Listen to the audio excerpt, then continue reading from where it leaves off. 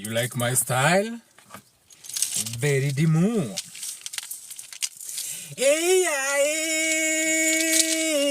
Let's start. So itinerary ya Godi is that monkey. You know the monkey yenye inakuanga imeshonoka matina na huku nyuma. You know there's that monkey that has a bare bottom, like its buttock is smooth like your lips. Iyo niyo itagwo Godi. Koguo makiari oro agicande ati inyorokete ta itinerary ya Godi. You see that monkey supposedly sits a lot more than the other monkeys. So inashonoka matina na huku nyuma.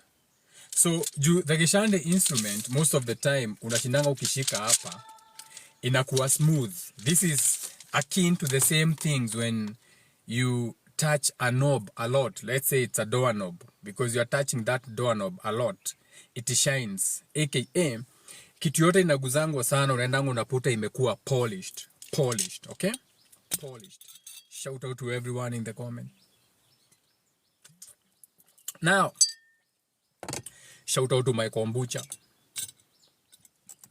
So, that would be the symbolism of saying that itinerary ya Godi. You get what I'm saying? Now, this is a gishande. Of course, let me open my window. Don't be cracking my window hapa. Nikicheza gishande.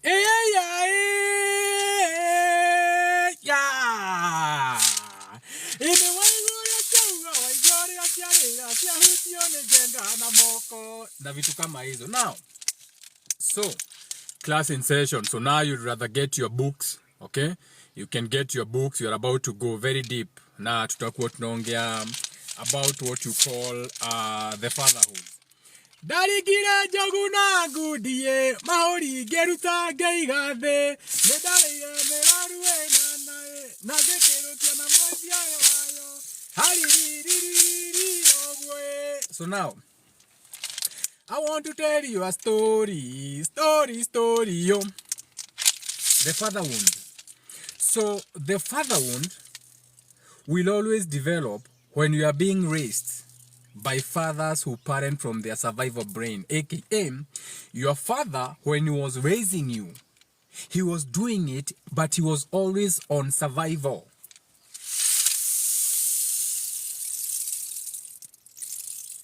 Iyo etago moethia. Those are the seeds of the moethia. This is a serious sprinkle. And the thing that is stopping them, nigetha kaigua moethia, ni thorns. The thorns zenye zimedunga hii gishande. Now, before I continue, first of all, I have to admit that this gishande is bullshit. This gishande is bullshit. It's a good instrument given to us by the Italians. It has got nothing to do with the Kikuyus. But the reason I'm calling mine bullshit, ni todo mudhuria wanje dide gishande geke Kimani Waduta. Shout out to him. I respect him a lot, but it was still bullshit.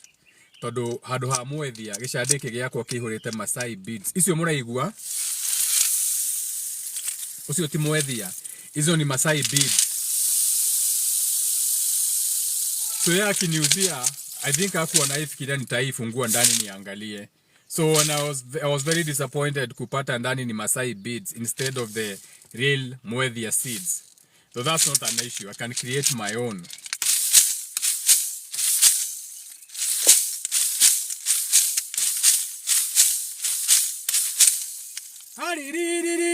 No way.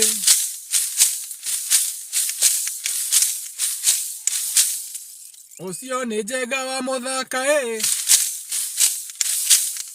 Now, so when you are raised by a father who himself is raising you from survival, and the reason being it's happening because he has his own unresolved traumas.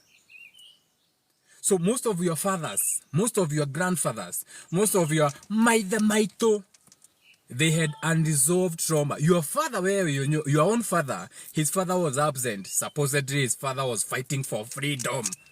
So he was absent. So your own grandfather, your own father had unresolved trauma. Now what happened? He became a father when he shouldn't have.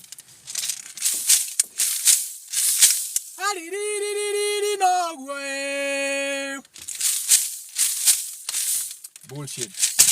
Forget about that. Class in session. Now, when a man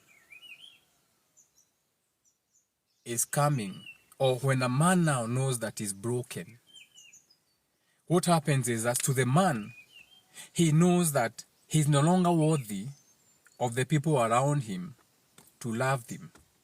So when a man knows that he's not lovable, when your own father knows you couldn't love him because maybe your own father was a drunkard, Papa was a rolling stone, your own father was fucking each and every woman in the neighborhood. You know, a rolling stone gathers no fourth, no moss, or whatever you call it. So your father starts to struggle with what you call emotional intimacy. Emotional intimacy. So now your father is dealing with emotional unintelligence. So what happens is that a man starts becoming, or as man starts picking what you call sabotaging behaviors. So since a man knows that I'm not worth the shit, I ain't worth shit, he's a broken man. Raised by men on survival mode. What does he do? He starts sabotaging himself. Because he feels less, that man is now feeling less, he starts sabotaging himself. He starts behaviors. For example, addiction. You see all those men, when you're onanga ati mutu ni mulevi, kazi yake anyua johi akarogoto haria, he doesn't talk, he's in this habit of avoidance, hakuna kitu yeye pay attention to. Bitch, I'm live. Why are you texting me and I'm live? I don't care. If you claim in one way, shape or another, you know me. Alafu unajaribu kuni text between 8 and 10. Unajua tu I'll call you a demon. Because that means you're actually not invested in me. So, fuck you. Uwe mwenye ametuma your message. So now, what happens is this man starts self-sabotaging behaviors. So akunyu juu anapenda pombe, ati edete jo, ti jo hi edete, akona father wounds. Ti jo hi edete, akona father wounds. He's struggling with emotional intimacy. He cannot sit down with his emotions. He's avoiding to have conversations. He's avoiding to heal. He's bent on betraying the people who love him. Why? He wants them to feel sorry for him. Wajua kama ni kupona tutapona the right way. Hakuna pretendance hapa. On my page hakuna kupretend, hakuna kuescape. Everyone is getting it. Everyone is getting it. So watoto wake, okay? The children, what do? They trigger his insecurities. Anajua sijalipia mtoto shule. Anajua I have not done my responsibilities. Mtoto amefukuzwa shule, amekuja nyumbani. Baba wito Tororo sio totikana roke. Totareketie sikuru fisi. Ariririririri no gwe. Papa. Read this letter from the head teacher. Letter nitasoma. Anakunja kunja. Hataki kuiona. Anaenda na hapo anapiga kona. Anafungua. Dear parent, we are sorry to notify you that your child will not be allowed to sit for their midterm papers because they have not cleared their school fees. Any child who has not cleared the balance, including from last year, will not be allowed in class. So what does that do? So that triggers the insecurities in this man. Now that triggers his trauma. Zile trauma zote hajai deal nazo. He has repressed trauma. He was raised by an absent dad. He was raised by an emotionally immature parent.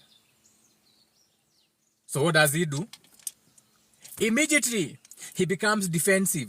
Sukuru yoenda goromuno. No, shule haina pesa mingi wewe. You are the deadbeat motherfucker. Why are you becoming defensive? Why are you yelling at your children now? Why are you acting out now and you are the man? Why are you shaming your woman now? Ndio ndio asali sukuru hiyo. Now unauliza bibi nini? Bibi alitafuta shule wewe ulikubali. Unauliza bibi nini? Why are you yelling at everyone? Now including all the other children. Now we go agostio. No unasukuru ina kwa mutijoria vitima goko. Zima hiyo stima, hauwezi zima stima. Stima hiyo unawasha ya nini? Watu wakishaki wanatokanga nje bila stima. These are the homes you have been raised in. You may try to ignore and deny, but you're all broken.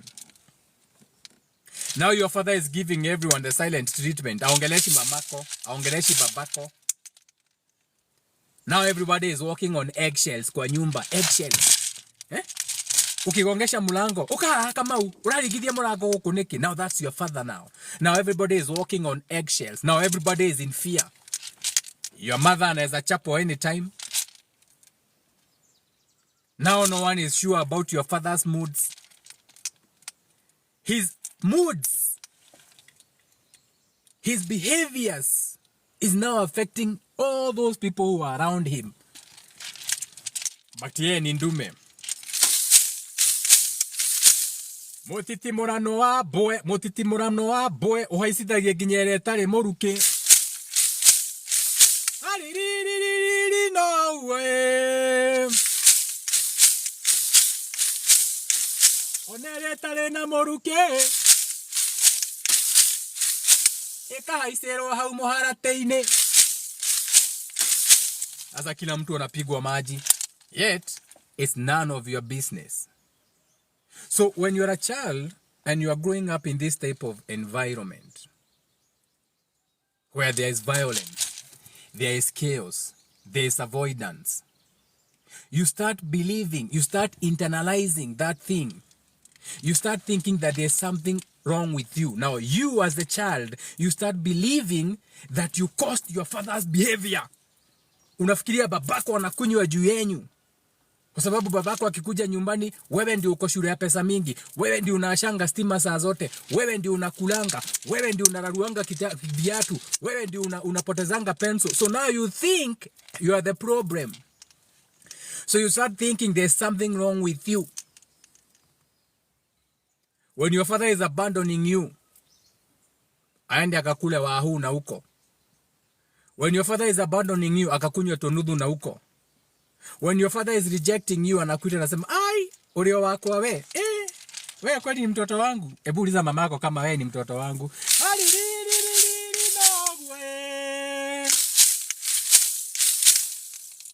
Hitidere yale ya mwana wayo. Hitidere yale ya mwana wayo. Oyo akana thakame miromo. Sasa anasema wewe si mtoto wako. So what happens? Now that wound, that emotional wound is passed down through the generation. Tunaongea about father wounds. We are talking of generational traumas. We are talking of generation curses now. So that wound is passed down generationally to you. Now you start thinking that you have a problem. Remember, you are fear-free and wonder-free made. Si nyinyi watu wa kanisa. Si nyinyi watu wa kanisa. Kwani kanisa inajengwa na nani? Si nyinyi mnajenga kanisa in 2024. In UK, Europe, the churches have been closed. They have turned them into bars and brothels and wrestling matches. But in Africa, bado mnajenga kanisa. Kanisa litajengwa na kina nani?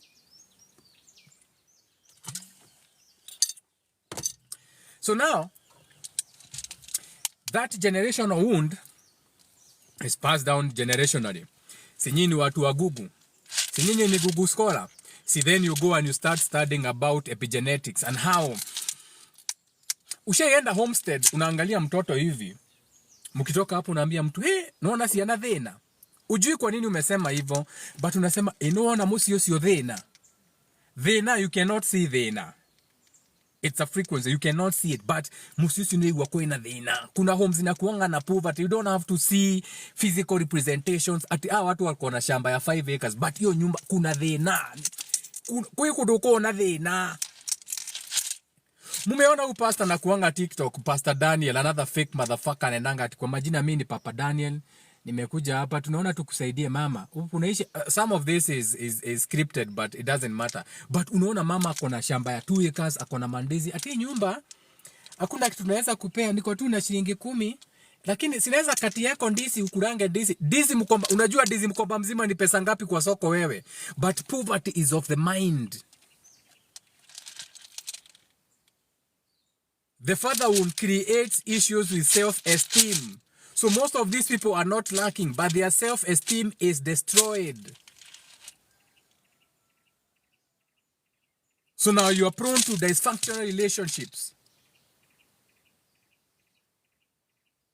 So everything becomes unbalanced. Unbalanced relationships.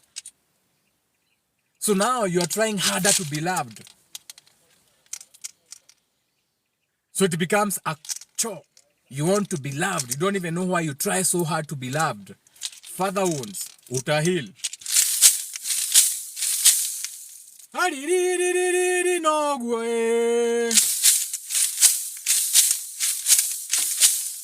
Osione jega wa muthaka auga kiahutia itina ria godi. This is what you call itinerary godi. Itinerary godi. So godi is that monkey that has a smooth bottom. You know that monkey that has got very shiny ass, red ass, no hairs. Hiyo ndio inaitangwa godi. So hii inaitangwa itinerary godi because you keep touching it a lot. So it becomes smooth like that itinerary godi. You get what I'm saying? Now back to the live. So now, the father wound is what now forces you to try harder to be loved. Because you see, from the word go, you thought you were never enough. Your father was avoidance. He's not talking to anyone. Anakujanga na ingia nalala. Babako anatoka asubuhi akikuja amekunywa tonudhu nalala. He doesn't talk to you, avoiding his responsibilities because he was raised by an immature father. He gives your mother the silent treatment. Okay, no baba wanyuda aragie. Babako ongeangi. Ebu ena pare mongetho. Your father will be the most outspoken. You know me, I talk out of example. My father, he has retired from the armed forces. Alikuanga 82 Air Force, akakuja Moi Air Base, akaenda Embakasi. Wengi wanamjua akiwafunza jet engine. F-25. Okay? Shout out to anyone who has been taught by my dad. Jet engine. Alienda Israel, akakuja na hizo fighter jets. Okay? Akikuja kuretire, he was 01, warrant officer 1, Mudhaka, service number 100-274. So everybody who knows my father walikuwa nasema venye my father was good at work. Babako waki ni mzuri, anatuchekeshanga kazi. He is the best. Mudhaka is the best. He's the best in everything. He was the most abusive motherfucker at home. Still is up to date. Akiwa peke yake.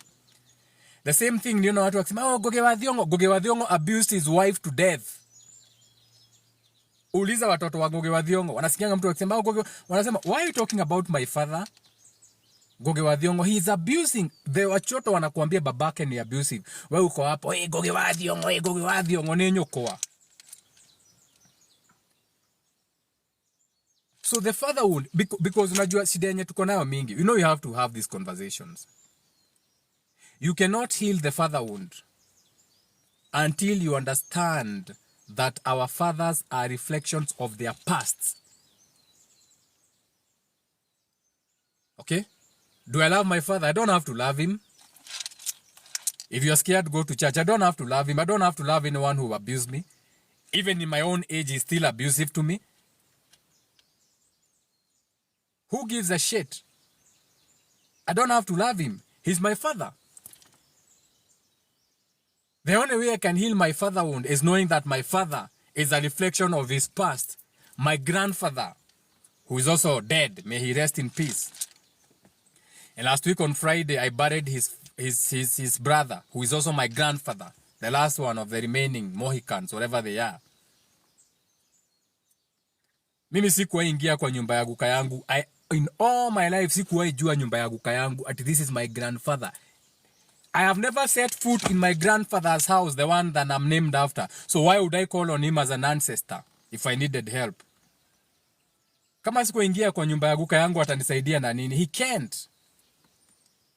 I'd rather call on spiritual predecessors, ancestors who are before him, who are building, not him. Not everyone is perfect.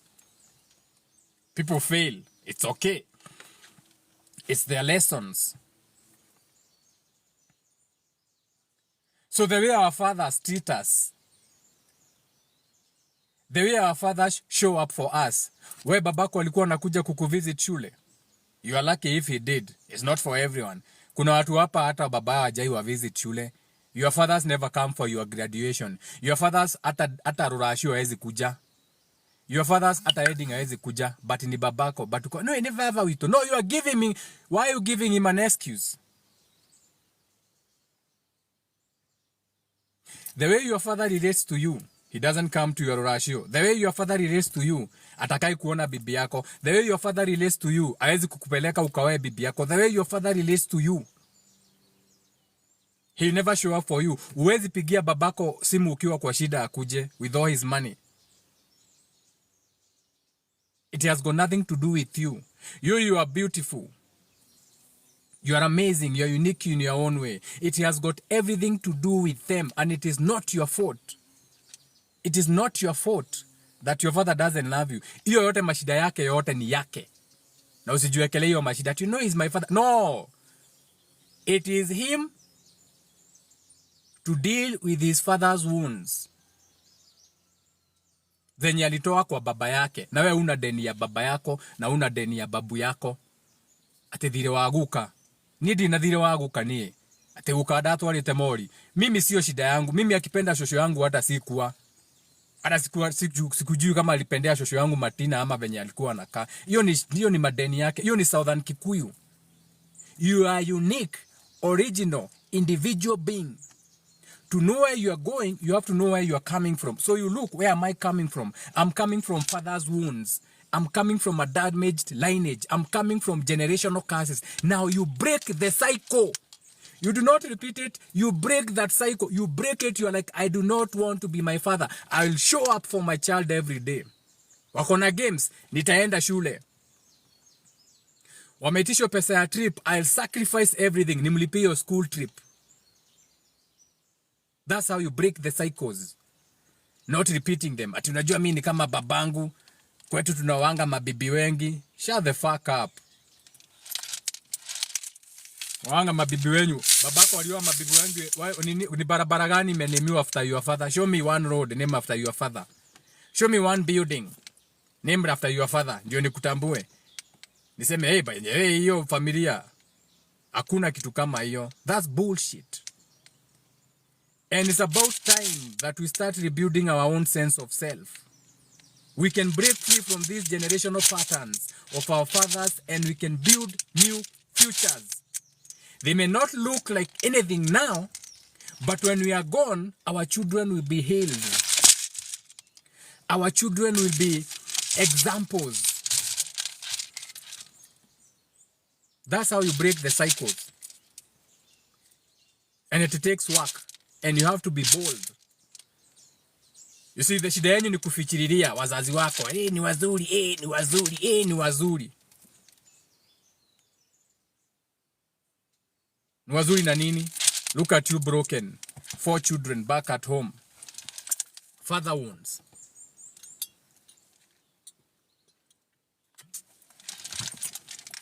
I'll be damned.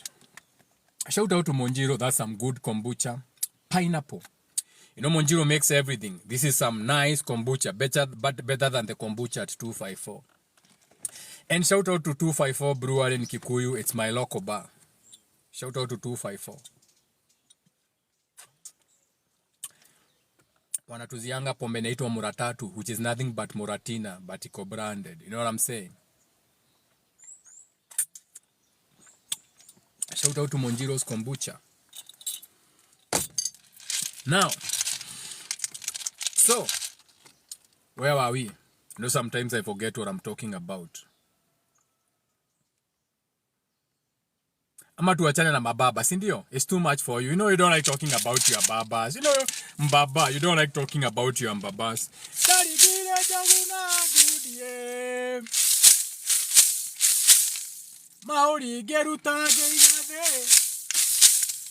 Ne dare ile merarue na nae.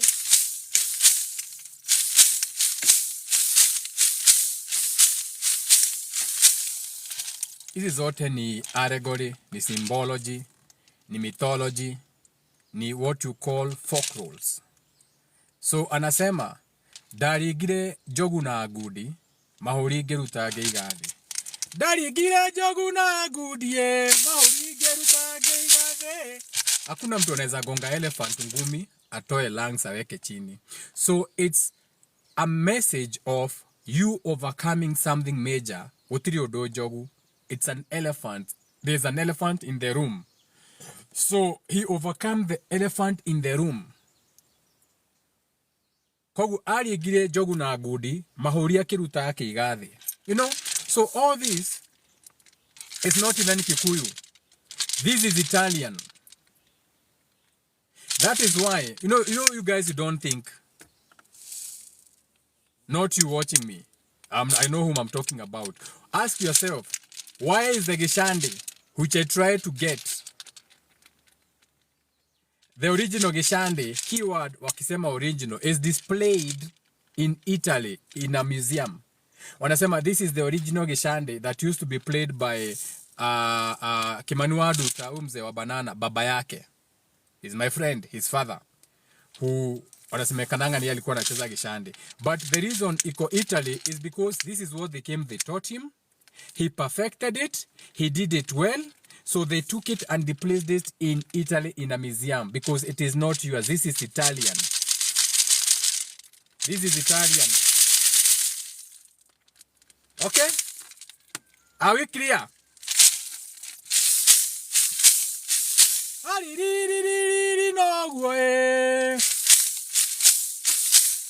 Jega wa muthaka we mutemae.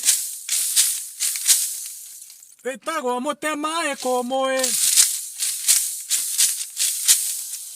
Now, forget about your fathers. Fuck your fathers. Fuck our fathers. They will heal by force or by whatever. If they don't heal, what are reincarnate upper, they'll go through the same bullshit.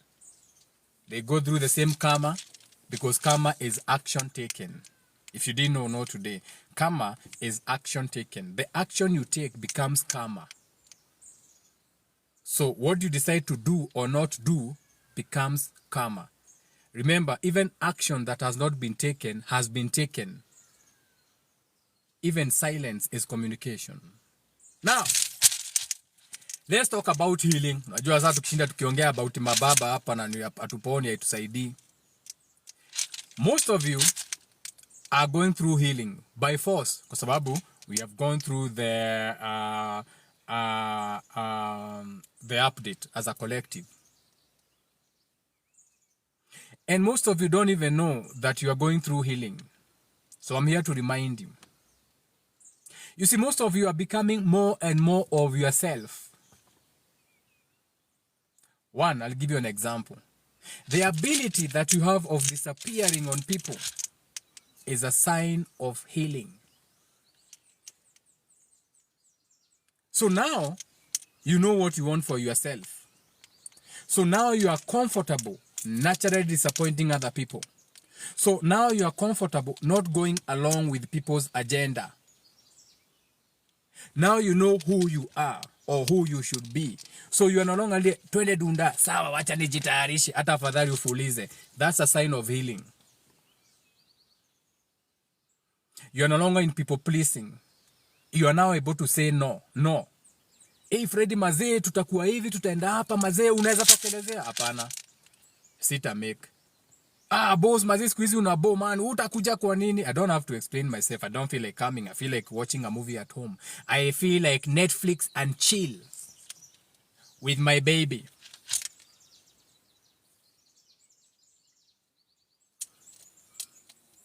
That's a sign of healing. Now you are aware that there are other realities, that you can sit at home, enjoy your Netflix with some good pussy, and it's okay. So you are realizing that everybody has got their own perspective that builds their own internal reality. You don't need to fit other people boxes. So you are less rigid. Before ulikuwanga rigid, you are stuck in black and white thinking. So ulikuwa in the thinking that your reality is only valid if other people share it. They don't have to share your reality. It's still valid. They don't have to share your reality. It's still valid. Your reality is valid. What do you want to do this weekend? Mazei weekend, nataka kuitisha Mary J. Hii weekend, nataka kuitisha Kishash. Nitulize. Hii weekend, nataka kuitisha California.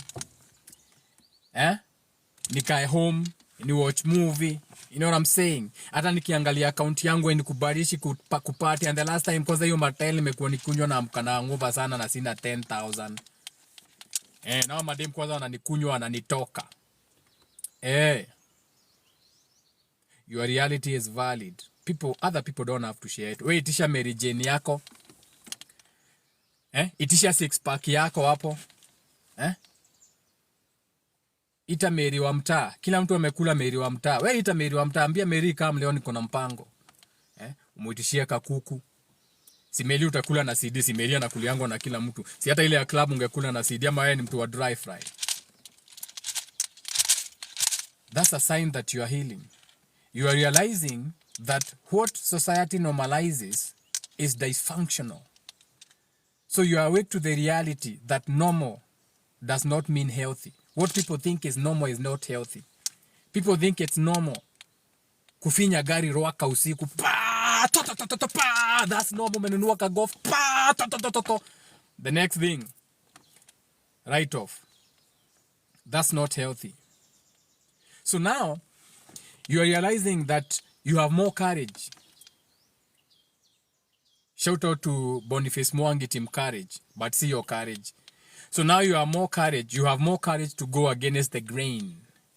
So now you can take your own path, regardless how it looks. When kama Gen Z, una decide me ni painter by the way, me ni artist. Me I have my own path.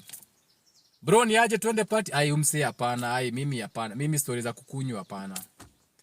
Mimi nipatie jaba yangu ama jaba juice yangu, mimi nitulie. So you are taking your own path.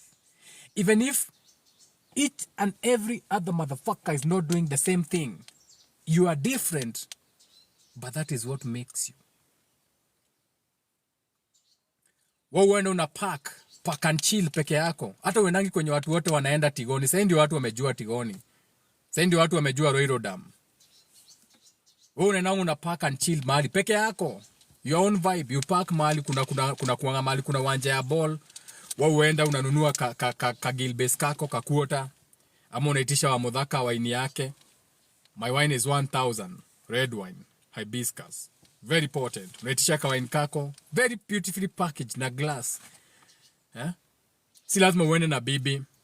Your women have already been destroyed in hating men. They don't build their own black men. You see, this is the difference. Let me give you an example. Toye si anyake hero.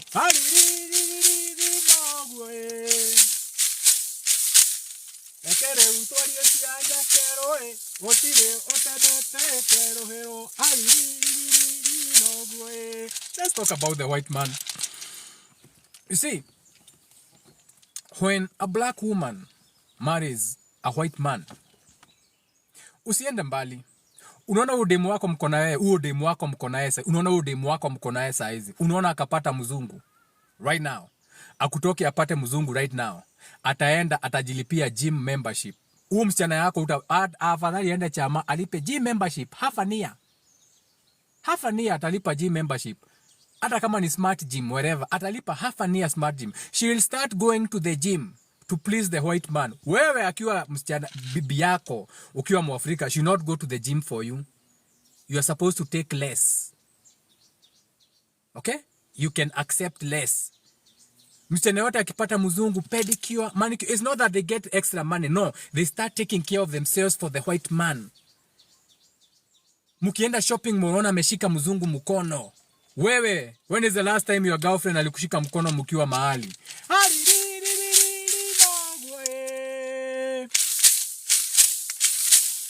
Madedo.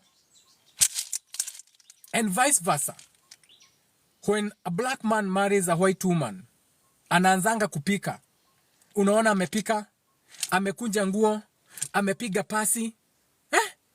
Wakiwa na mzungu amebeba ngoi, niye amebeba mtoto na ngoi. Kama angekuwa ameoa msichana Mwafrika, angebeba mtoto. Ai. Lakini sasa ameoa mzungu, anabeba mtoto wa mzungu na ngoi, ameweka ngoi moja mbele, ngoi nyingine nyuma. Anapika, shout out to Ombachi, Kat Dania, Kat Mboga, Kat. Kwa unafikiria Ombachi alianza kupika juu ya nini? Alikuwa anacheza rugby, akaritaya, bibi yake yako UN. So Ombachi had to stay home and cook and take care of the children. Why? The white woman was empowering. Ni white woman ama whatever Asian pussy he's fucking. Who gives a shit? Shout out to Ombachi, done. For learning purposes only. Not for any other reason. He doesn't even know how to cook. Nyama sio kupika. Now, so when you start going against the grain, you are charting your own path. You are not doing what everybody else is doing. That's when you realize you are healing. That's when you realize you are healing. Na nimewambia shida ya relationship, you don't know how to support each other. Mzungu anatokanga Canada, kamama kanyanya, kanakuja kanachukua jamaa wenyu wa kawash, kanajioshea. Si pesa nampeanga. No, she makes that man believe in him. You see, that is the problem with you African women. You don't know how to build your men. You tear down your own men. That is what you have learned best. May her soul rest in peace, the late Queen Jane. She was not a queen. A queen in her element doesn't call men animals.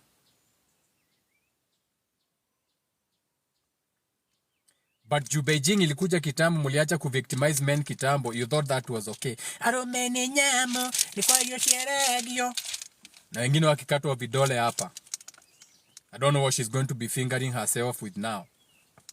Because that's the most she's gonna do. Hakuna mwanaume mwingine atakubali kuenda.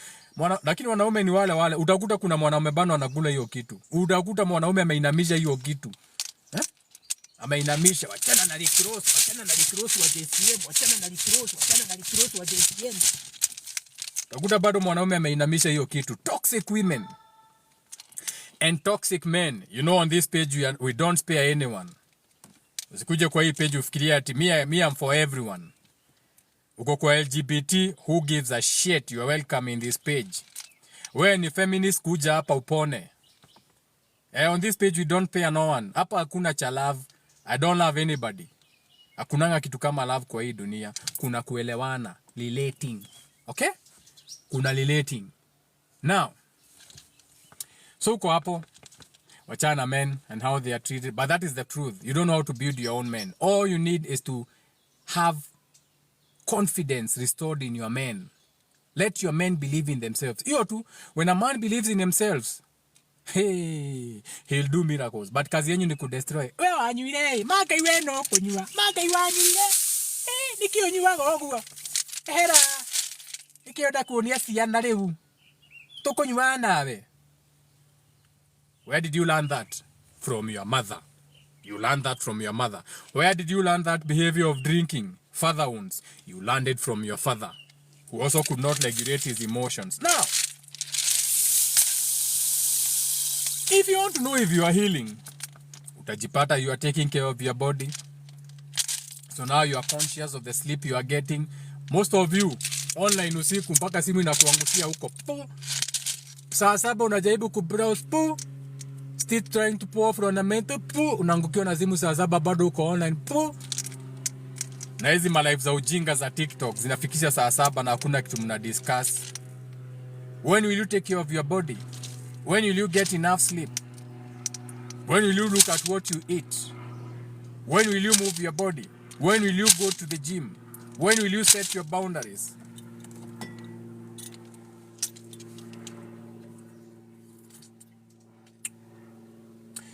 Mbona hapo naona ni kama nafanya self-reflection. When is the last time I was in the gym? When is the last time I slept early? Siona saa shida hii chana unakujanga hapa pia unakuta hata uko na shadow work. Nikuambia we are healing together, thriving together. I'm going back to my routine. I'll be bed in 8. We are back to the gym. Let's see how that looks like. I'll be careful what I'm be eating going henceforth. Napunguza sukari. I'm setting boundaries. Be very careful. Usikue one of the people will be cut off.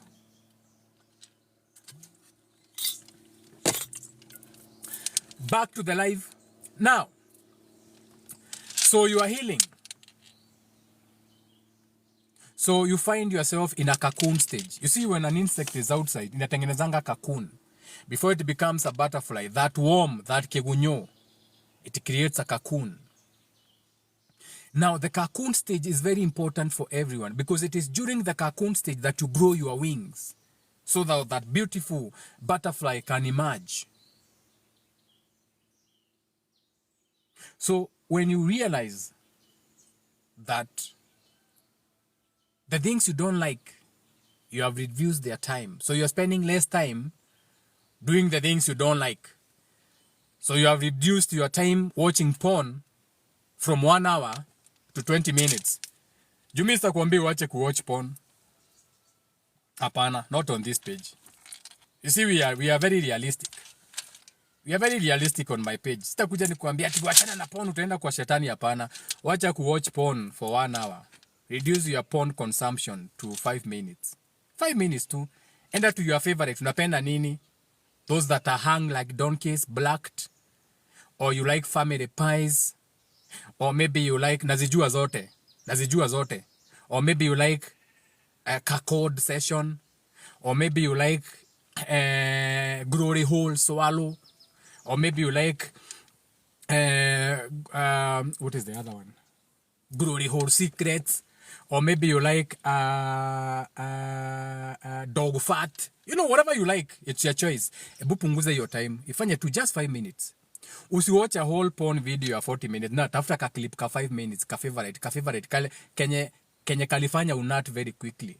Reduce. Tumekuja kupona. Spend less time doing things you don't like.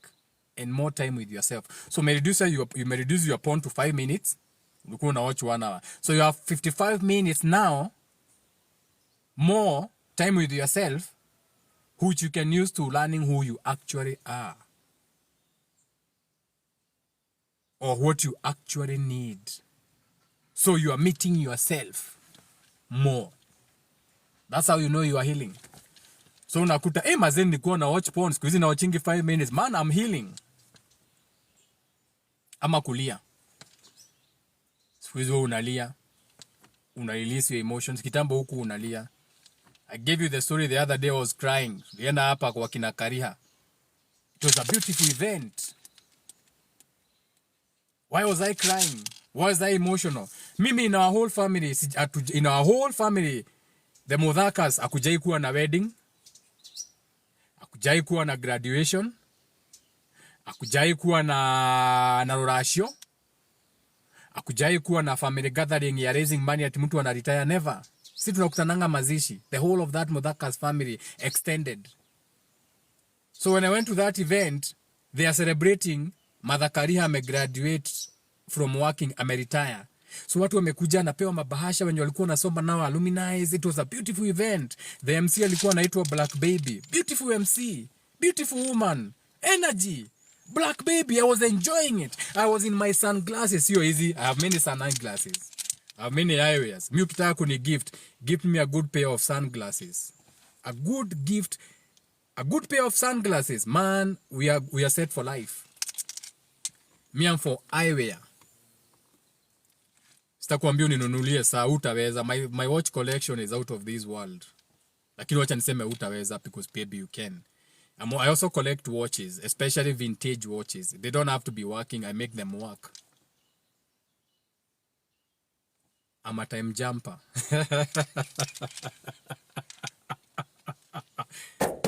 Shukisha hapo wewe. Hiyo syllabus imeenda very fast there. Shukisha. Imeenda very fast. Now, back to the live. So, me, I had my sunglasses and I'm crying. You know, Monjiro was sitting to my right. So I was getting emotion. It's fucking beautiful. How comes I've never seen this in my family? Okay, I was not that emotional, but I was emotional. So I was shedding my tears. So I had my scarf, my black scarf. Where's my black scarf? And my pool of many colors my mother made for me. My pool of many colors that my mama made for me. I had my black scarf. So niko najifanya hivi napanguza kamachozi hapa kwa sunglasses. I was overwhelmed with emotions. But why? Because I'm healing.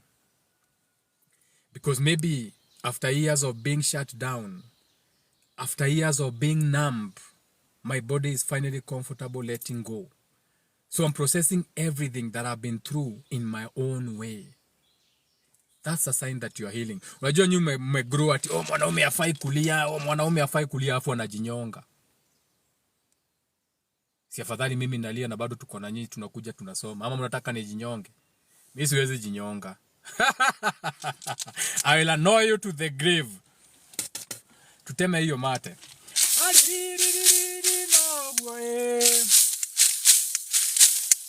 Jega wa muthaka warira Leo niko hapa happy. And the reality is that healing is beautiful. Healing is very beautiful. Like, take the time to really get to know yourself. People don't have to understand you. It may take some time. And people really don't even have to understand you. People don't really care. When you are dead, watakuchangia WhatsApp and that's it. Watakuchangia WhatsApp and that's it. Once you're buried, they go on with their own lives. Now there you are, incarnating back into the same bullshit. Because you didn't heal. This is truly your own journey. Make the decision to discover yourself. Take a break from life. Take a whole year off. What is the worst that could happen? Wakati wa COVID mulikaa miaka 2. Wengi wenyu hata muliamuka saa hizo, you're like, fuck man. Man, I thought this job was everything and I've been fired, man. I can't believe they fired me. Yes. Man, you live in a beautiful time, man. You can stop having second chances in life almost when you die. You almost died in an accident. That is when sasa unajitafuta. No, find yourself when you are still healthy. Know yourself when you can still heal.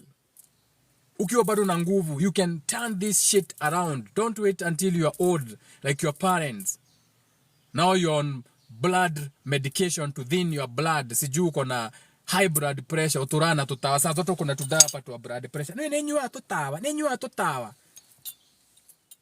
Sasa, umepanga line ya glaucoma.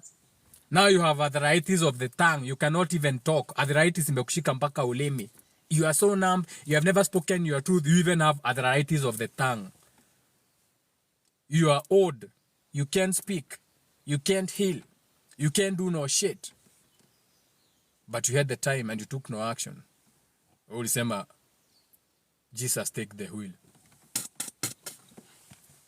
No, I'm taking the wheel. I'm taking the wheel. I'm starting with the man in the mirror. And you don't have to like me.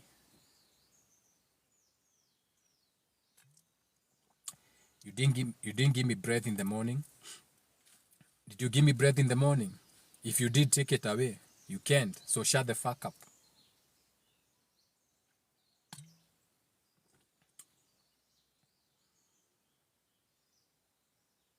I'm a king in my own element. And you can't say I'm not, because I'm the one who's saying it.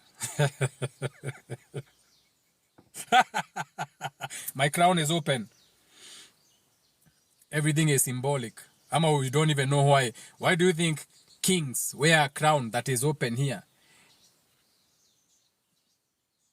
It's because the reason it's open is because it's a representation of the firmament being open. I'm a king in my own element. Shout out to all my kings and queens watching me. Wengine, keep scrolling. If you're scared, go to church. Enda ukaite babako kanisa. Oh, ni baba wa kanisa. Mama wa kanisa. No, we are our own fathers, our own mothers. Now, kuhutia gicande giki kia mo Italian. Tonyoroki tinare ya godi. You know me, I'm all about the ass. It's not about how big the ass is or how small the ass is. It's about the calves. It's about the calves. Nyigidirete itinade na riako. Nigo na thede. So I cannot be choosy. Okay? Why am I being choosy na sina yangu ya kukompea? Tenye dakiritu kiena itinari nene. Yo gidi kudu mena tonini. Ogeka atia. Ni ujue kucheza nayo. Wewe hata unataka mtu akona matako kubwa na una inches. Unaletwa na musere na idomi. Ukuruta ko inches. Aria mete menene. Naria meto nini. Oake murigo ne to gothie. Ariririri no gwe. Osio ne jega wa muthaka Newa wa hutio igore igore keina. Now, so when it comes to healing or the new world that we are in, you have to recognize that the people that were ahead of you were not perfect. You see, you think that anyone who has white hair is wise. Mimi nimekutana na watu wengi sana wajinga. Mudu na abuye ginya huyo no ni keri muhaha. White hair doesn't mean that you have wisdom. Okay? It doesn't mean that you have wisdom. Someone is asking how many inches I have. Ufanya nini na inches zangu? If you're a man, you shouldn't care about my inches. If you're a woman, you shouldn't also care about my inches. Unless your throat is deep enough. Okay? Back to the live. Now, wachana inches. Inches ukitaka ni DM. And most probably I wouldn't even touch you. Okay? Toothpick inatoanga nyama kwa meno. Shout out to Niko Chonjo. Niko Chonjo ako na hiyo vibe ya why do you care? You see, now you are self-reflecting. Maybe your father had that small dick. Maybe ukiwa mtoto, you saw your father naked and you're like, oh my God, is that a thimble on my father? So now you are traumatized about inches. But si hata ulizaliwa bado. Si bado ulizaliwa hata kama babako alikuwa na kadiki kadogo, si bado ulizaliwa. Unaona? So don't hate your dad's small dick because you are still born. Sasa. Don't hate your father's dick. It's not his fault. Pia alikula indomie na vitu kama hizo. Sasa, back to the life. Now,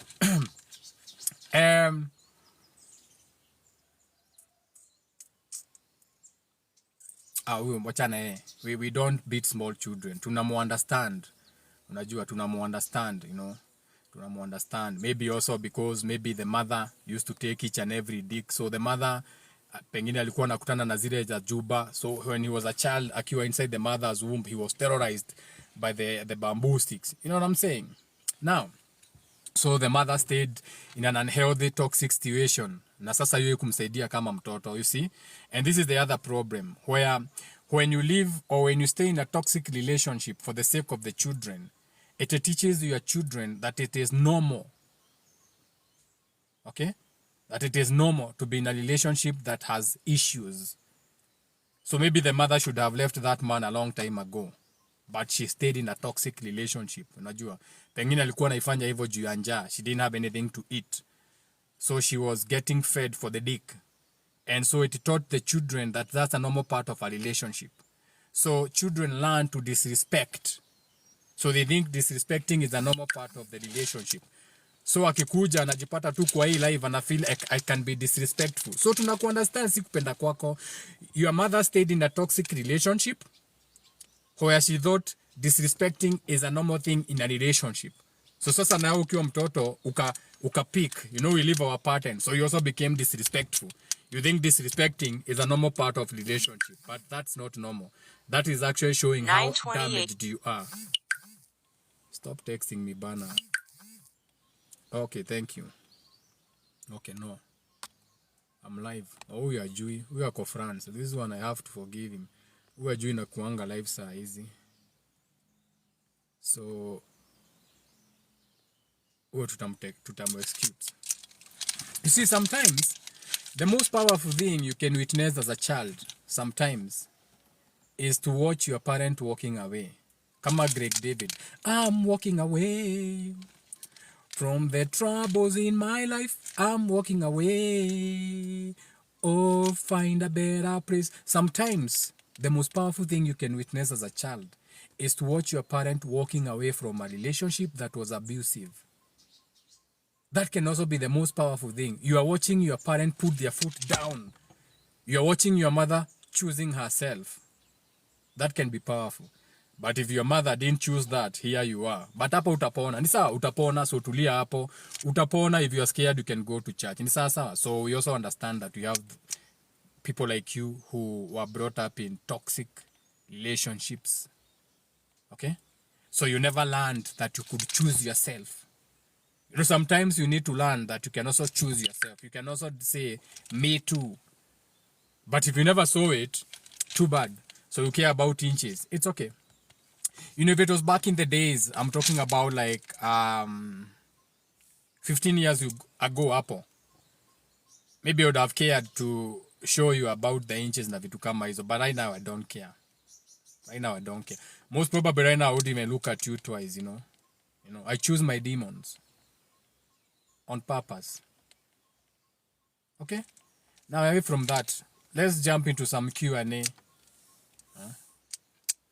Let's jump into some Q&A. Chaniangalie comments.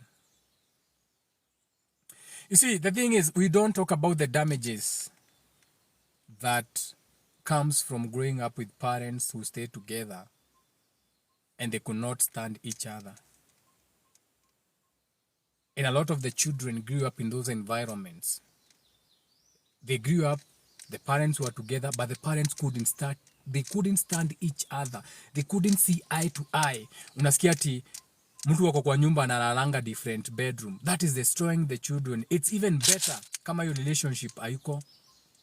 There's a lot of damage that comes to that. Ati watoto wanaonanga baba yao bedroom, mama yao bedroom.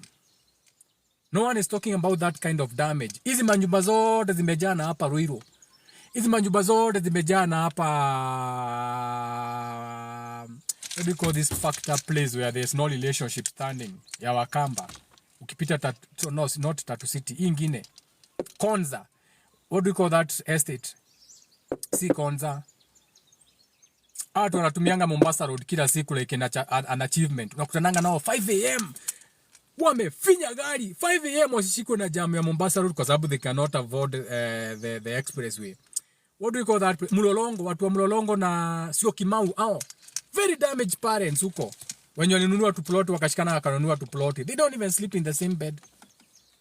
And no one is talking about the damage that they are doing to the children. They are growing up with what you call a skewed perception of love. And we are normalizing that. Why? Toxic parenthood. Utaki kuachana yeye jumba mako hata. Uliacha huyo bibi utoe mwingine wapi? Shut the fuck up. Huh? Tumefanya rurashio, tumefanya wedding, tulichukua loan tukafanya wedding. Sio Kimau Mlolongo. Kuna relationship iko Mlolongo na sio Kimau. They are all damaged. Don't ask me how I know. I'm a teacher. Most of the people come to me for consultations. I'm not saying who, but I know. I know based on your DMs, based on the shit that I deal with, najua. Mimi hata ukuu umeiva aje umetoka Mlolongo, I won't touch you. Wacha nikatafute kienyeji huko Kendube na Homa Bay. Wacha nikatafute kienyeji huko. Nyakapondo. Wacha niende nitafute mwanamke sura ngumu. Wacha niende nitafute msichana anakaa sura ya Jemaima. Nitafunga macho ni imagine nyingine. Shout out to Auntie Jemaima. Nothing personal about Auntie Jemaima. Basi unajua kuna mtu hata akifanya wa makeup, tukubali tu wewe. Kuna watu wewe. Shout out to beautiful Auntie Jemaima. That's why you are a comedian. That's the only way you can make us laugh. Maitomoga vete. No puns intended, all puns intended. I'm allowed to roast people.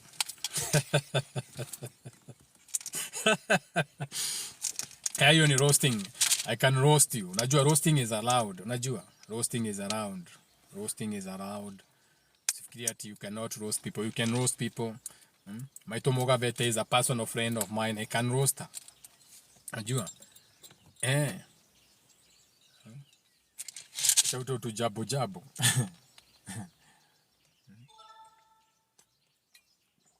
Shout out to Jabo too. Shout out to that boy. He has helped a lot of you realize your traveling dreams by malipo pole, paying for a trip pole. Shout out to Jabo. Kama angekuwa ameniwatch, sasa angekuwa amenitafuta tukae chini tukunywe muratina tuongee, apone.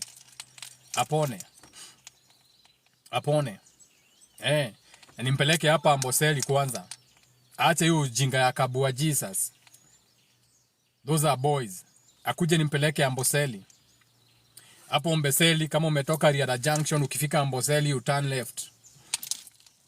Ukiturn left, ukipita Hadheru, immediately after Hadheru turn right. Ingia Amboseli.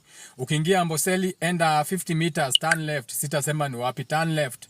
Ukiturn left the road curves to the right pole. Ikiturn right utakuta T junction. Simama kwa hiyo gate, usipige honi. Ukipiga honi watajua yeye ni mgeni. Simama kwa hiyo gate, usiongee, just simama tu kwa hiyo gate. Kageti katafunguka pale, utaona soja ametoka kuja kuangalia kusalimia hi. A confirm ni hapo unaenda. Hakuna kuongea mingi, afungulia gate. Uingie upark. Ukiingia hapo parking utaingia nyumba fulani hapo. Ukiingia nyumba utakuta relatives wa Deviki huko wa Hindi, wako huko wanakunja tu savana. Kuna chuma zimewekwa, wasichana wana dance kwa chuma. Ukiwa hapo unaweza sikia kwa majina, mimi ni George Mosira, katibu mkuu wa mazingira. Wachana na Mosira. It's none of your business what Mosira is doing there. Wewe ile imekupeleka. Wewe enda tazama watu, tazama sinema, tazama, look at what you want. Which one do you want? There's a madam of the house. Umechagua ni ile. If your favorite is busy, tunangojanga waoge. Unangojea aoge. Shiro ako busy. Unangojea Shiro unapenda. Namba ya Shiro. Namba ya Shiro. Unangojea Shiro akuje aoge. Shiro kutreat be nice. Those are men houses. Real men go to those houses. Boys ndio hajaienda hizo places. Si unaona iko na tudem tusafi sana, tuzuri sana, tusafi bona, kanaenda kanasugua kitu. Wewe uko hapo na uchunge sana ukitisha pombe. Beware, pombe huko leo inaweza kuwa bei iko juu. Pengine jana ulikunywa kasavana ukauziwa 650. Unaweza shika kasavana leo ukienda kulipo uambiwe ni 850. Kasavana kamoja useme haya, wewe hujakuja kukunywa. Huko si mahali ya kukuja ukunywa, ni ukuje upige biashara yako utoke. Wasichana wako busy, wanalipwa na commission. Wanaingianga na shift.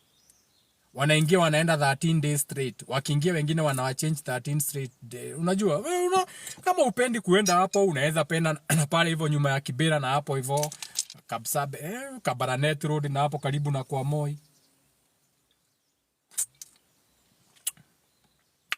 Hapo ni chipa. Hapo unaweza pata mali ya Kibera imeoga. Unajua. Unaweza toka hapo. Unaweza enda Nyari Estate. Huko si watu wengi wanafikanga bei. Usiniulize nilifika huko nikifanya nini. Pengine nilipigiwa simu na rafiki yangu ameshindwa kudrive ni muendee. You know, the devil is in the details. Leave the details alone. We anguka tu nayo. Ni sawa? Anguka nayo. Unajua? Anguka nayo. Hatuchomi. No, those are our houses bana. Those are our houses. Shout out to all those places. Nimetembea kwingi Muthoni. Lulu nauza kama niko na mtu ama watu. Niko na watu. Niko na watu. Watu waende massage. Waache stress. Watu waende massage. Na si massage ya Steve. Hapana. I'm not talking about Steve by massage. I'm talking of real massage. Unajua? What has happened to my life now? Are we still live? Live yangu kunini imefanyika? Why is my life crashing? Hii ni notification ya nini sasa? Wameanza kureport live. We are still here. Shout out to Wendy. You know what I'm saying? So, you guys, you need to heal. Some of you just need to go and have some gangbang and you are healed of your trauma. Unajua? Healing haiko kwa kanisa. Ulipata. You got damaged in church. No, you get healing where you got damaged. Steve, wasichana waende kwa Steve. Lakini unajua Steve ni kijana. Steve is a boy. Go to a man's den for massage. Unataka a good massage? Niitishe namba.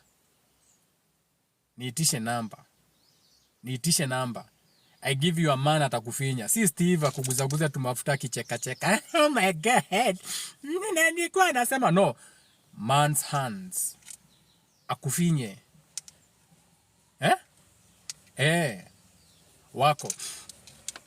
Ukitaka hiyo amen, hautaenda mbali sana, utateremka hapa Gong Road.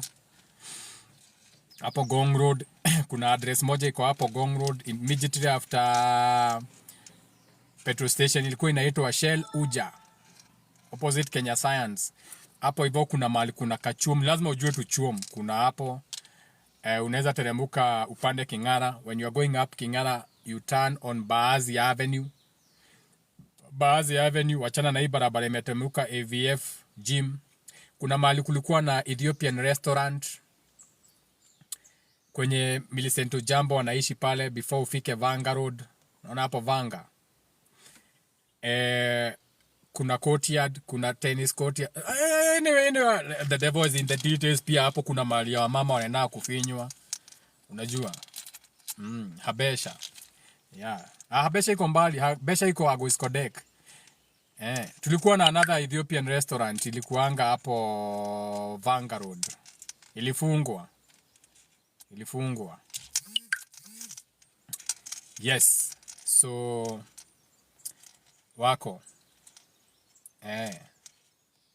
Yes. Mansden haiko hapo. Kuna Mansden moja iko Ruiru. Hiyo ya Ruiru inafinyanga wale wanaume wanauzanga mawe. Unaona Ruiru? Hao brokers wote wa mawe Ruiru, Kamakis, hao ni wanaenanga hiyo Mansden ya Ruiru. Ruiru kuna Mansden ya kina Mwende Frey. Hiyo inafinyanga wale wanaume roho ngumu. Wameuza mawe broker. Wenye waliuza mbuzi za Uhuru. Hiyo raini yote. Hiyo. Hao wanaendanga hiyo. Ni mingi. Mansden ni mingi. Unajua jina ni kubwa. Small branches. Unajua. Kuna moja iko Adams. So ukiteremka, this is for men only. Okay? If you are a man, ukipita Swedish school on Gong Road, Swedish to your left. Pale bele kuna Malsabit Plaza. Wako na Domino's hapo chini. Okay? Wako na Domino's hapo chini. Malsabit Plaza wako na Domino's. Uko juu kulikuwa na my favorite club. Shout out to all the bouncers used to be there. That was my club. Wasiseme I'm defaming the club. Hapo tu mbele. Before ufike junction ya Posta. So hii ni Posta. hiyo junction T junction ya kupita nyuma ukienda Adams na uteremuke hii ya kuenda Bangladesh, hapo tu nyuma utaona kibao kimeandikwa spa and massage. Man, that's a good place man. Hapo na hapo mbele kuna mahali kuna uzango samaki. Hiyo massage iko hapo. Beautiful. Niko na namba. Wacha niwaambie inaitwa aje.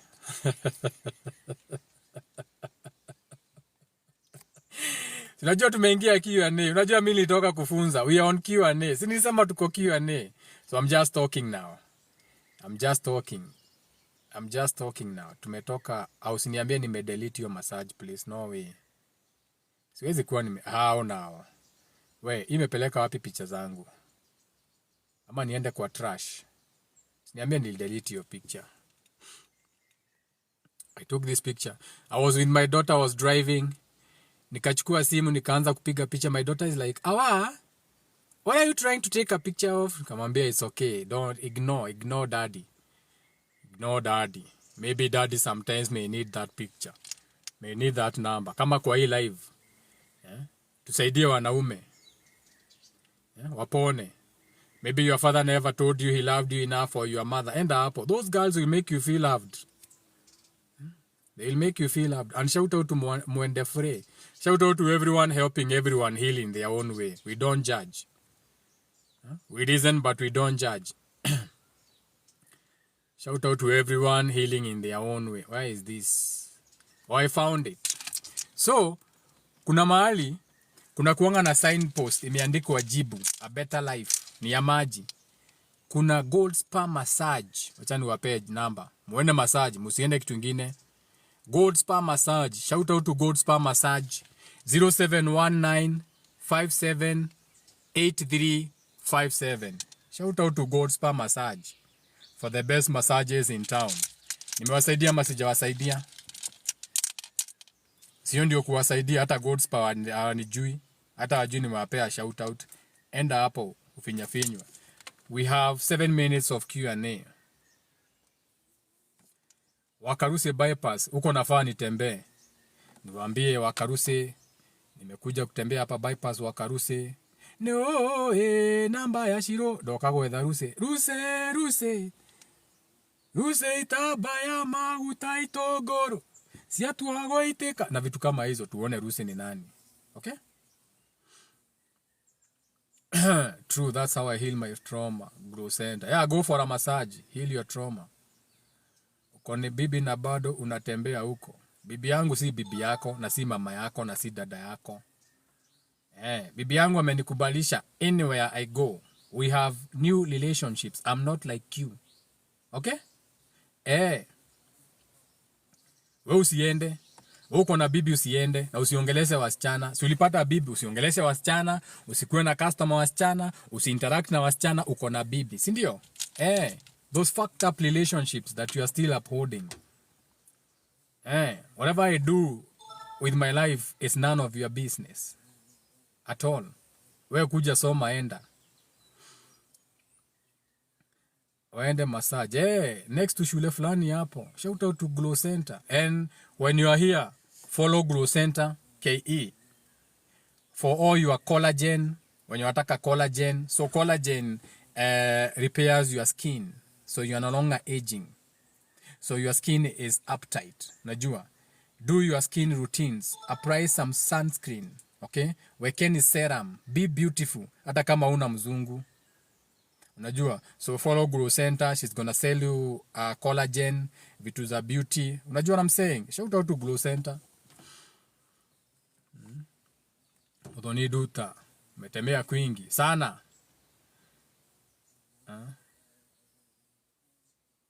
Hata juzi kulikuwa na stag ya men. Stag party. Mwanamke anaenda kuozwa, msichana anaenda kuolewa. Leta hapo, kunakuwa na stag men. Watadansiwa bibi yako, watatingishiwa mamjulus.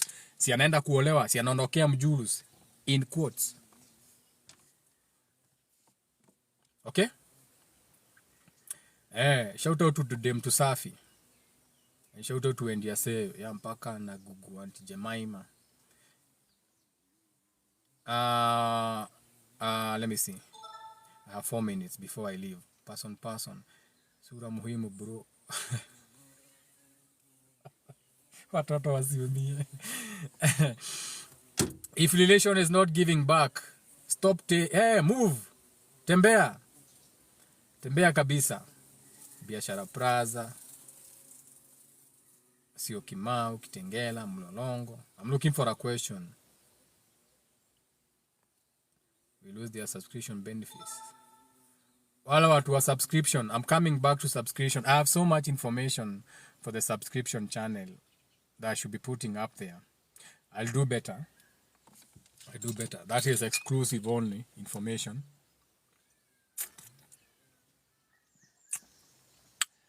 I should do better. Now I'm back and better. So your witchcraft didn't work. All the people who are practicing cheap witchcraft, it didn't work. And I didn't even have to do anything. No, I just let it be. So my animals died. My 4 cats died. My rabbits died. My chicken died. Coco disappeared without a trace. So hiyo drama yote Coco alienda nayo. Mogo amelala hapa. Mogo is a stray dog, the black dog. He's dying also, ako hapa. Amekulwa sana, hata jana nimpe chakula ameshindwa kukula. It's okay. You know what I'm saying? It's okay. I don't have to lift a finger. To be really honest, if I was to move against the people doing that, it's not even fair because itakuwa generational. And need wakoroga de wakorogora. So it's okay. Let them try. Aye. Sawa. Natafuta question.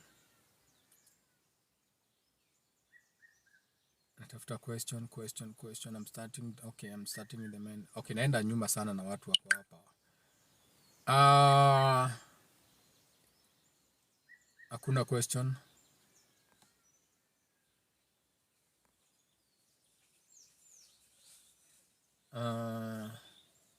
No question. Yeah. So hivyo ndivyo kuko. You know what I'm saying? So that is why it's important to have pets. So your pets will die on your behalf. You know, your pet will die on your behalf. You started with my eye. You went for my eye, my right eye. You couldn't take it. So you went for my rabbit's eyes. Hata saizi niko na rabbit zimezaliwa hazina macho ya right. No, true story. Naweza enda sahi nishike rabbit niwaletee rabbit haina macho ya right. Right now I can do that. Unajua, but you have been defeated anyway. So your magic was weak. Weak magic. Try harder. But you see now the thing is karma is action taken. So it's coming back for you. And I didn't have to do anything. Truly, all I have to do is watch and observe. Like, man, these are God's children. Wasamea, wajua wanafanya nini. You know, forgive them for they don't know what they are doing. You know, just let them be. You know, I'm the high priestess. When ndio ujui, huwezi ona, huwezi jua kuangalia. Unajua? Huwezi jua kuangalia. Shout out to Kariha, huwezi jua kuangalia. And everything happens for a reason. Unajua? So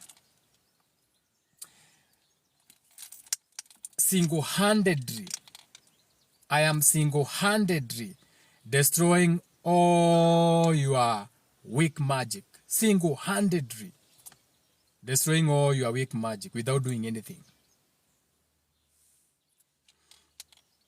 Mia Wambuzi ilitoka intestine, tuliamkia a sick dying pregnant go, whereas usiku ilikuwa poa. Bury that stupid goat now. Musikule. It's okay. These people are working overtime, but you know we are going through a new shift, so they are trying everything. And then you guys, you have been messing with online YouTube witchcraft. You don't even know whom you are serving. Ntakuroga. Unajua ntakuroga. Unaambia watu utawaroga. Now watch your stomach swell. Be careful with the things you say online, bana. Shit is deep. I don't know why you think life is not serious. Sijui mbona mnachukuanga life like haiko serious. You know, I don't know. Ni kama kuna rehearsal. No, shit is serious out here. Shit is very serious. Shit is serious. I know these attacks started a long time ago. Najua, ilianza a long time ago. Wenye wanajua. These attacks started with check. Unaandikiwa check. Na kampuni iko na pesa. Check inaenda inaruka. Wanakuambia, what do you mean? Account haina pesa aje? Unaambia kwani ni mimi? Si ni banki imesema haina, unawarudishia. Wanaita mkutano ya accountants. Mnatuandikisha aje check hapa? Account haina pesa. Wanatoa statement, account iko na pesa ni aje, unajua, oh shit. No, the spiritual attack is even going after my money. Juu ilianza kitambo.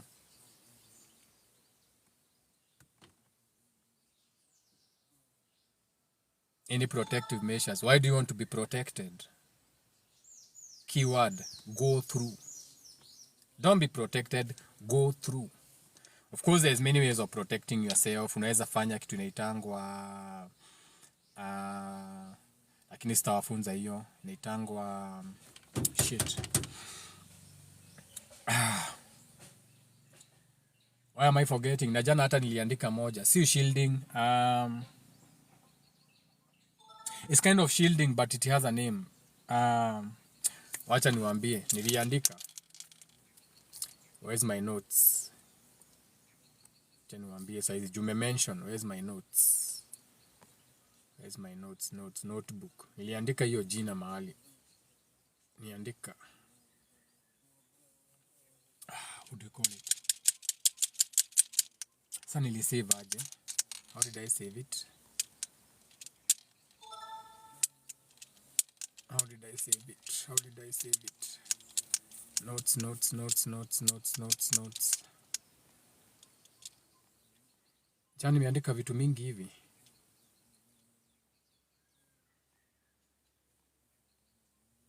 Forget about it. It's not important. So this is a Q&A. Tulisema this is a Q&A. Any protective measures? What are you protecting yourself from? Why are you even assuming that you are under attack? You see, to whom much is given, much is required. So what have you been given for you to feel like you are going to need it?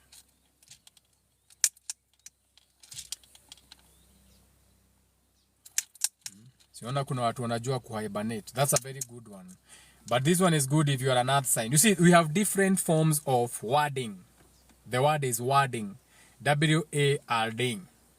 Now, you see, you have fake spiritual teachers out here who make you think that you can be spiritually protected with everything. No, you have to look at your environment. You have to look at your element. For example, if you are a fire sign, so naongelea watu kama Aries, watu kama Leo, watu kama Sagittarius. When it comes to wording, you have to imagine a protective shield around you that looks like the ones you see on cartoons. You imagine a light protecting you, a ball, a ring of fire, because we're in a fire sign. If you're a water sign, think of how water would defend itself. 1, ice, an ice block, an ice bag. Are you getting the drill? You are an air sign, so you can cause a storm. We are talking of tornado. Ruhoro wa goma siaka. So your witchcraft has to have that kind of energy, the tornado energy, that you are untouchable. You can pass anywhere and you are living destruction. Nothing can come too close to you. If something comes close to you, it gets sucked, swallowed in that cyclone and dumped very far. You get what I'm saying? So mkona a lot of spiritual teachers wanafanyanga rituals na shindo. Sasa huwa wanafanya nini? Hati amekuja kufanyia ritual ya protection. Hata hajajua element yako. Anakufanyia ritual protection ya fire. Na wewe ni earth sign. What happens when you take earth and fire? You create a volcano. What does a volcano do? It melts stones. What happens? You get lava. What happens? Lava flows downstream. Sasa muganga baada ya kukutengeneza amekubomoa. Now you are flowing downstream, burning everything. You are burning everything. You're even burning your own shit. Witchcraft yako imekubackfire.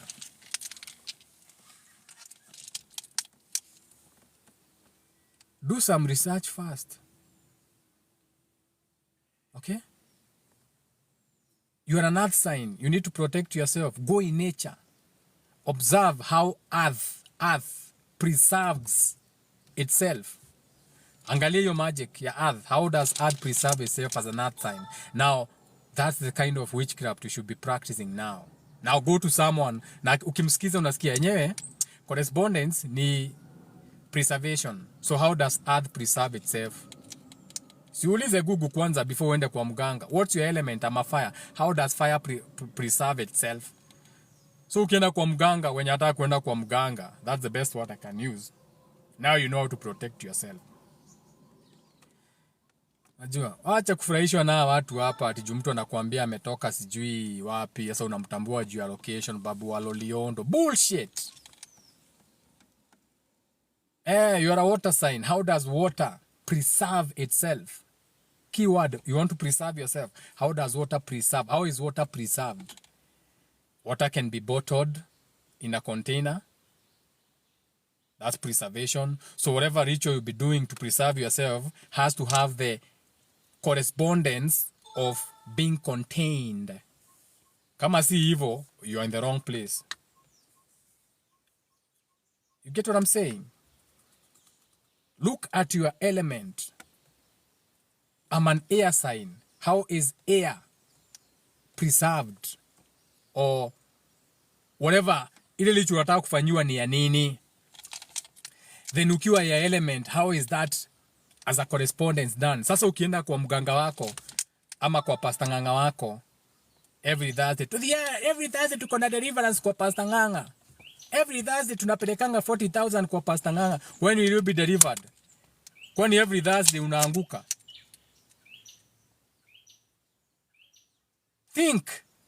Nimeenda deliverance. Kwani when will you be delivered? When? Kwani unakuanga delivered halfway. Utafika lini? Ama uliingia mtego tena ya kutoa pesa? No, think people. Think man. Think.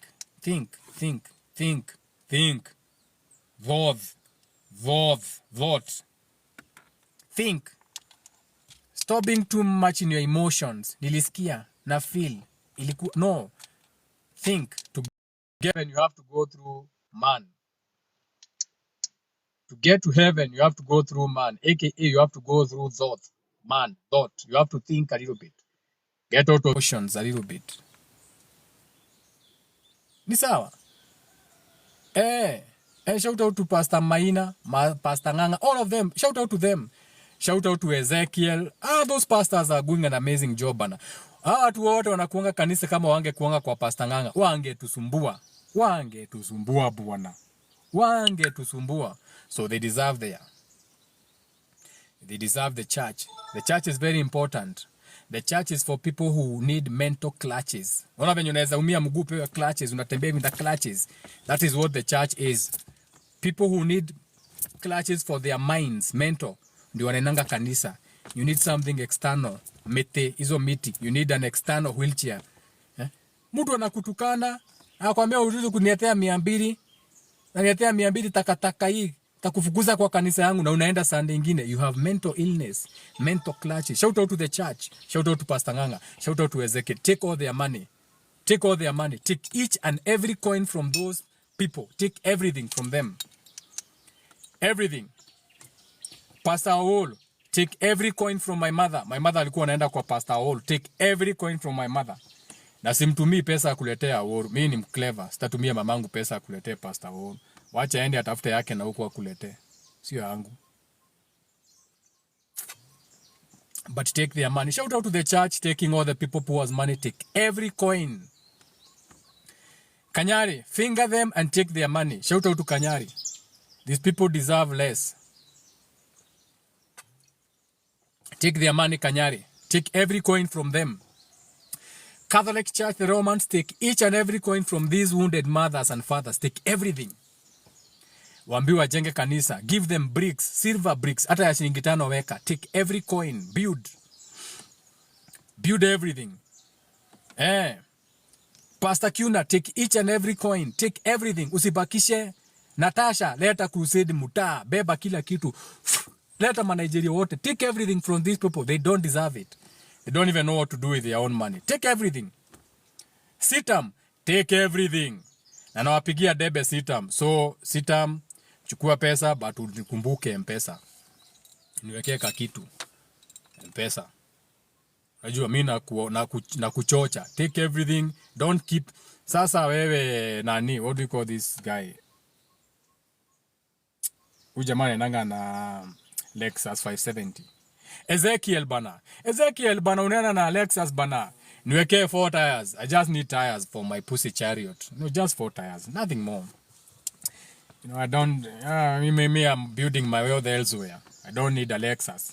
I deserve better than a Lexus private jet, but for now take everything from these people. Take all coins. Ukipata kanisa kabisa, ongeza volume.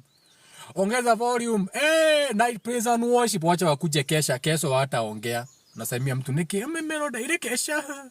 Na sasa Mungu wako unamshautia mpaka unapoteza sauti. Sifadhali ungepoteza sauti ukiwa kwa soko ukisema ni ya leo, mali ni ya leo. Yaani unapotezanga sauti praise and worship.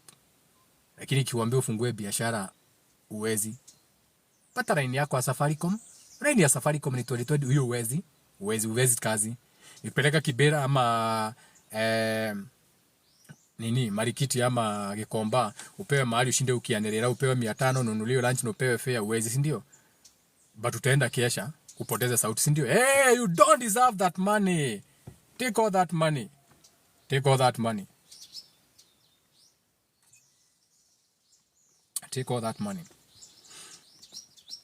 You know what I'm saying? Take all that money. Take everything from these poor people. They don't deserve it. They don't know how to build. I go to the Roman Catholic Church. Wait, did you say Romans? Yeah. Are you a Roman? No, but you know, father. Oh, that's your father. Yes. Okay. Umeacha pesa nyingine kwa nyumba, chukua hata hii upeleke. Peleka uombe wewe ni nini? January shule, wachana shule. Si Mungu wako atakusaidia. Take all this money to church. Shout out to the church. Shout out to religion. When it comes to me, fuck religion.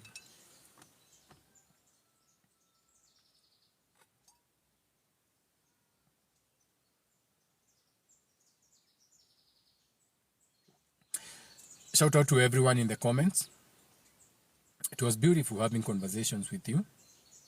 Okay.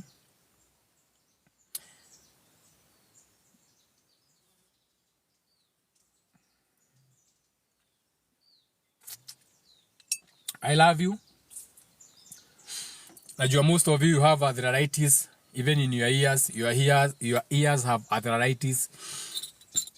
Si mimi nimesema, it's your Bible. Bible yenyu imesema you have ears that have walls. Si mimi, ni Bible yenyu. Me, I'm just the messenger. So I love you regardless whether your ears have walls. Bible yenyu inasema many have eyes but will not see. Kwani kipofu wananga macho? Kipofu wanakuanga na macho but haioni. Si mimi nimesema, si ni Bible yako. So others will have eyes but will not see. Again, don't hate the messenger. Take the message. Me, I'm giving you your message. Si ni vitabu zenyu? Ni vitabu zenyu? Ni vitabu zenyu. You know what I'm saying? So, I love you. Let the children come to me. I'm your esoteric grandfather. I've been here from the start. Okay? So, grandfather achapangi watoto wake. Siwezi uchapa watoto wangu. Mimi na observe tu. Unajua, mtoto akikosea unamwambia na kama hataki ni sawa. You know what I'm saying? So, me, I love you. It's not coming from a point of hate. This is all love. This is what love looks to me. This is how love looks for me. Me, yo, oh, I love you. Oh my God, oh my God, I love you. Kiss. No, me, apana. Don't lie to me. You fall in love. Me, I rise in love. I don't fall. I don't fall for those spells. Ati I'm falling in me, I don't fall in anything. Me, I rise. So me rising in life, I rise in love. This is what rising in love looks like. All the way to rising my cock. Hapana, si konde huku wewe. Rise in love. Rise your cock. We rise in love. So this is how I show you love. Okay? Making you accountable. Making you look at yourself in the mirror. Ni sawa? Na upone. Okay? The world is going to be very, very, very merciless on people who are not healing with the new movement. Get out of your biasness. Embrace change. It's beautiful. Shout out to 1111. Yani 1111 imepita na mjaniambia. Mbona muku niambia 1111 imefika? And shout out to you for learning about for the trauma. Wani watu wakishash awako hapa in the house. Watu wakichurch. Na muambie mamito afiche mimba, ache ujinga. Mamito ni wewe wa kwanza kupata mimba. Mamito, you think you're the first one to be given dick? Na ufunge mimba, hata mamako alipata mimba. Ficha mimba yako bana. These are not time to create comedy around your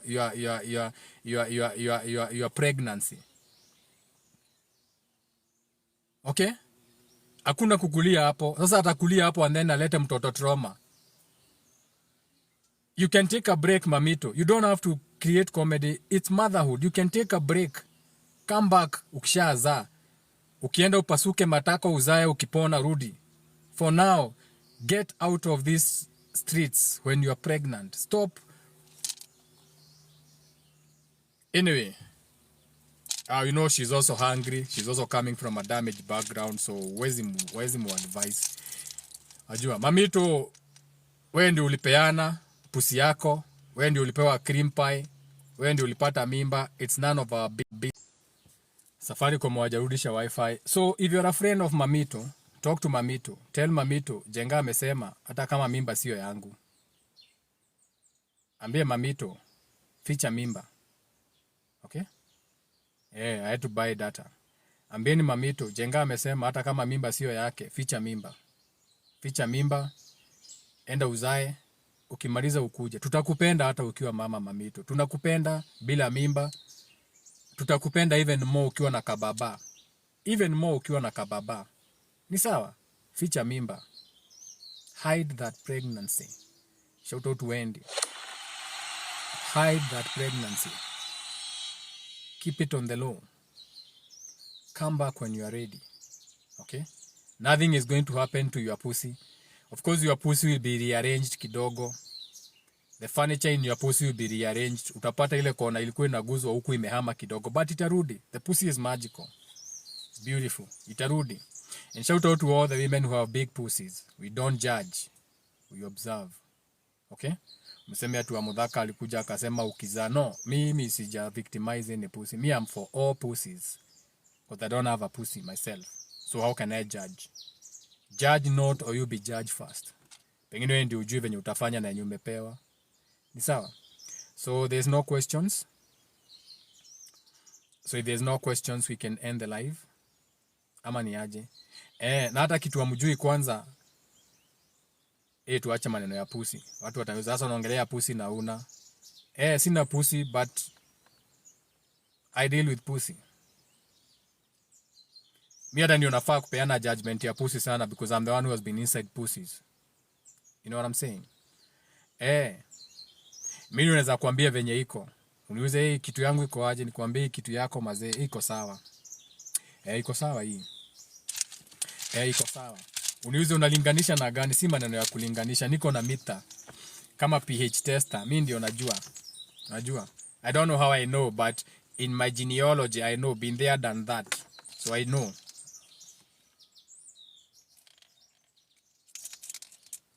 Shout out to 1122. Do have a beautiful day. Tulianza Taurus ikikuja kuisha tukaingia Gemini. In Gemini, Sodom and Gomorrah, hours who can talk like that. But do have a beautiful day. Semanga each one teach one. teamwork makes the dream work. Leo tunaenda Gala Awards. Takuwa pale Nairobi University. You know Monjiro was nominated. So I'll be there supporting my girl as she receives her certificate or award. Mulikataa kuvote. Watu wa community page yangu nimewekea link ya kuvotia Monjiro. Over 100 people you didn't vote. But I know you. That's how you are. You hate yourself. You hate anything that looks like you. Amwezi support. Kama angekuwa mzungu munge support. Kama angekuwa mzungu wange support one of their own juu mtu anajua. So I don't blame you. It's in your genealogy. You have been raped, pillaged and destroyed spiritually, so you hata mjipendi. But I'll be there to support my girl with my few votes. Na wale watu walimvotia less than 5. And it's still okay. Ni sawa? So after that,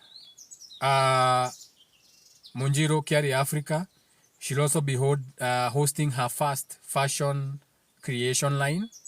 So keep watching out for it. We'll be doing it on Valentine's. Okay.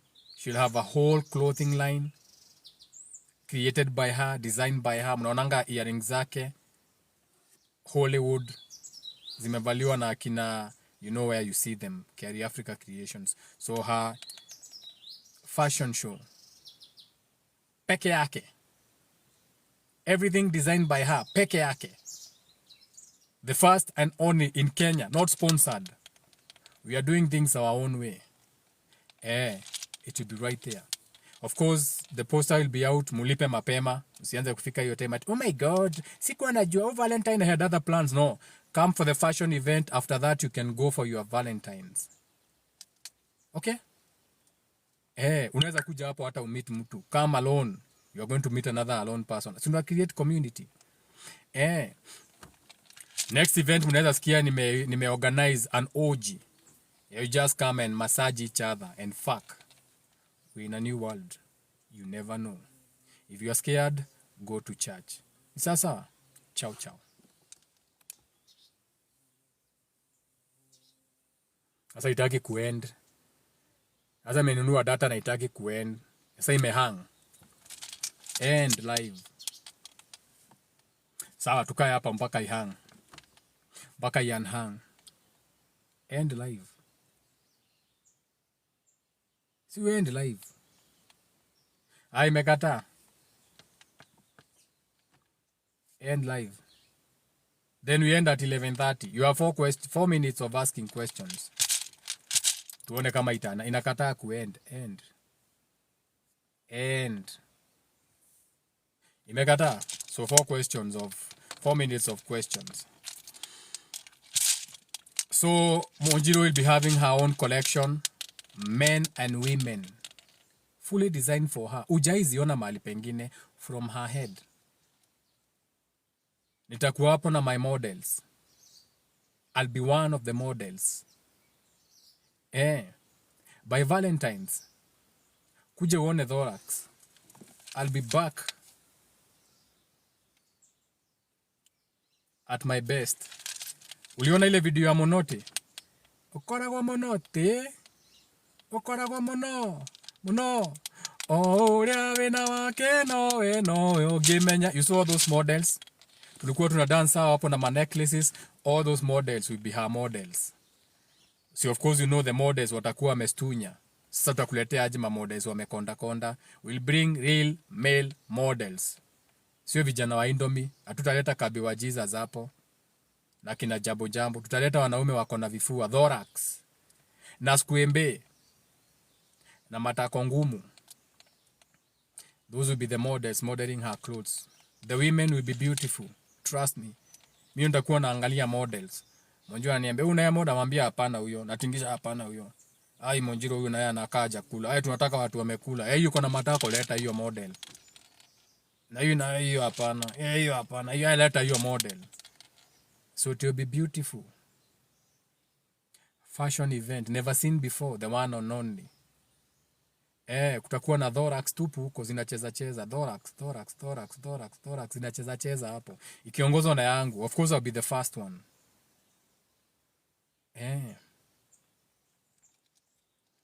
And shout out to my handsome moderator for doing a beautiful work. Hata yako na chest. Unaona ameandika chest. Shout out to my beautiful moderator. Handsome to the core.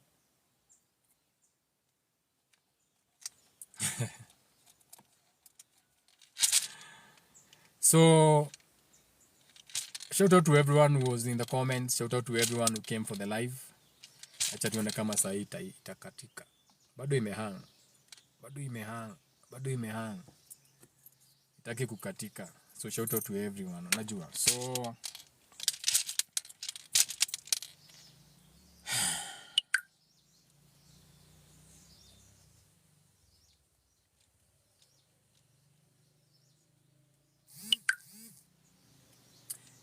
it is what it is.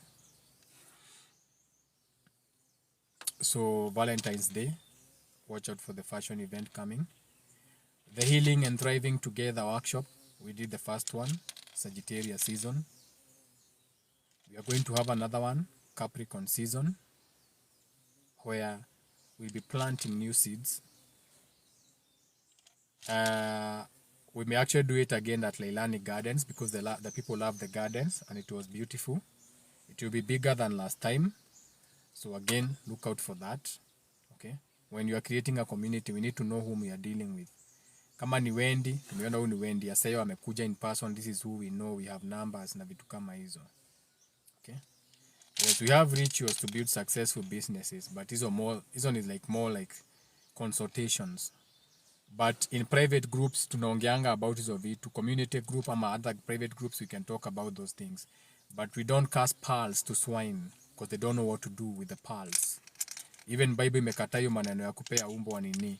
You don't just cast pearls to swine. God does not like wastages. Tutaongea about successful businesses and rituals and they won't care. First of all, the first important ritual. Are you doing the 12 disciples ritual? Most of the people don't. So why should we keep casting pearls to swine? Says watu wako, oh, ni December, oh, happy new year. You know it's not the new year. You know it's end of the year, this calendar. But don't invest emotionally into that. The year starts as spring. That's one of the practices. Sahi tuko Sagittarius. So whatever you are doing in business, in career, you're supposed to be practicing the sun in Sagittarius in that business relationship. Tunaenda Capricorn, the 10th house, renewing. So when the government is renewing your licenses, when the government is renewing your insurances, when you are going to Form 1, when you are going to university, when you are renewing your fire extinguisher, when you are renewing your county licenses, which is the energy of Capricorn, wewe utafikiria tu ni government ni mwaka mpya instead of renewing your own shit. You know what I'm saying? That's how we build. And shout out again to Wendy.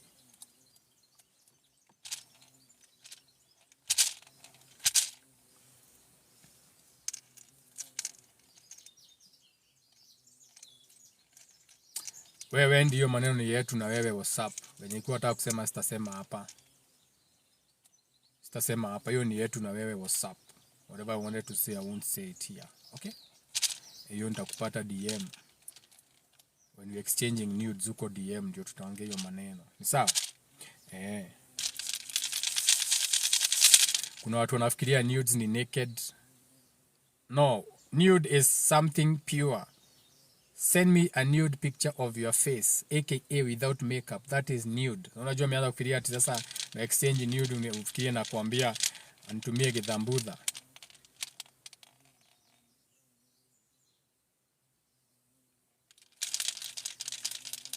You know how many digital pussies are out there on Google for free? Others have been pierced. Zingine, they have been pulled back. Anyway, hatuko hapo. Sawa. And shout out to Maat. Acha nione kama itaisha saa. Kwa nini hanga itaki kuend? End live. End.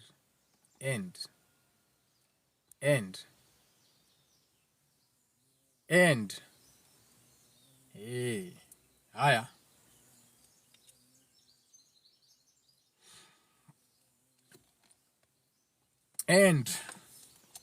Imekubali. End live 20 viewers. Yes. 27 viewers are currently watching. End now. So ciao ciao. Imekubali, me and hang.